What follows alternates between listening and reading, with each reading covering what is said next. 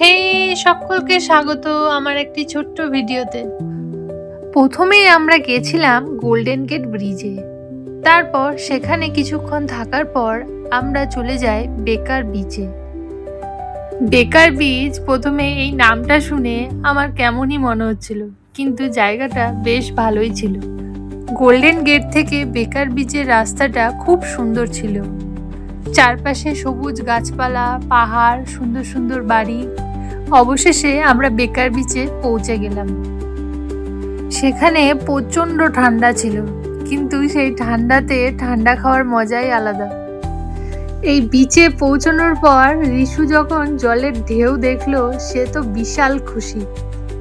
আমি ওকে দেখাচ্ছিলাম কিভাবে জলের ঢেউগুলো গর্জন করে আর সমুদ্রের তীরে আছড়ে পড়ে।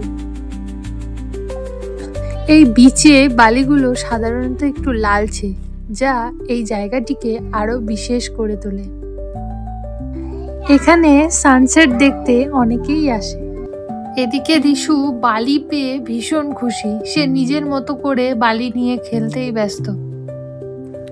দূরে কয়েকটা বড় বড় জাহাজ এগিয়ে যাচ্ছে, দেখতে কিন্তু দারুণ লাগছিল। এই বিচটি সুন্দর দৃশ্য আর শান্ত পরিবেশের জন্য বিখ্যাত।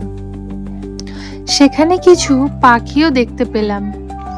তারা খাবার সন্ধানে এসেছিল। তাদেরকে কিছু আমরা খাবার দিলাম, তারা মুখে করে নিয়ে উড়ে চলে গেল। সেই দৃশ্যটি ছিল সত্যিই অপূর্ব। এই বেকার বিচে একটা আলাদাই ভাইব আছে।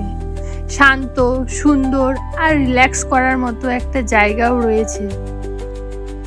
এই বিচ থেকে গোল্ডেন গেটের ব্রিজটা কিন্তু একেবারে মন কেড়ে নেওয়ার মতো ছিল। তারপর বেশ কিছুক্ষণ থাকার পর আমরা বাড়ির উদ্দেশ্যে রওনা হই। আসার পথে দেখছিলাম সান ফ্রান্সিসকোর এই ছোট ছোট বাড়িগুলো। 1850 দশকে এই বাড়িগুলো তৈরি হয়েছিল। দেখে মনে হয় ততটাই নতুন।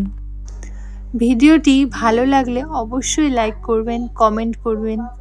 আবার দেখা হবে অন্য কোনো ভিডিওতে। ততক্ষণ ভালো থাকবেন, সুস্থ থাকবেন। টাটা।